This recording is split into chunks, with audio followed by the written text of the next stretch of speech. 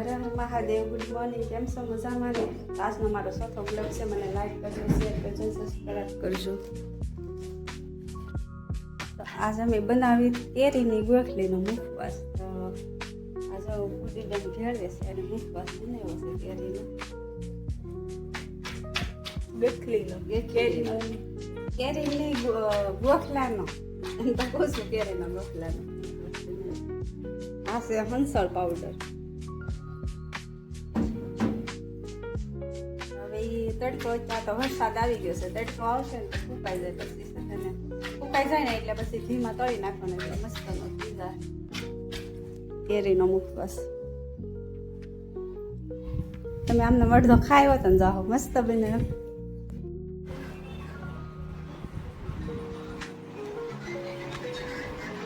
જો દીદી બેન શું કરે છે? ફોન જોવે છે આખો દી, ફોન જોયા કરે છે, કઈ કામ નથી. નિશુબેન શું કરે?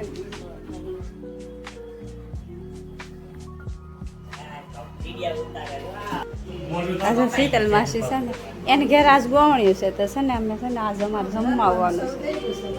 હે રાંધવાનું શરૂ થઈ ગયું છે. તો અમારે જમવાનું છે કે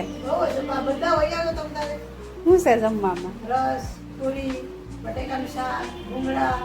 વાત તો મજા આવે છે. તો હું તો આવે.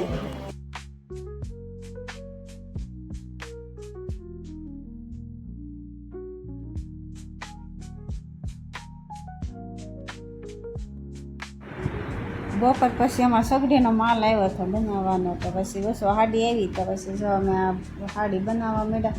આ ગુડીબેને જો મશીને બેસી ગયા છે, ત્યાં સીટું કાપી નાખી.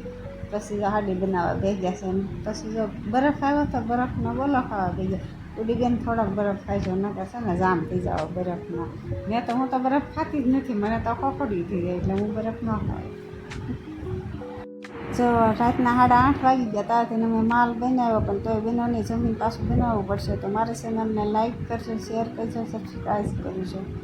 હર હર મહાદેવ.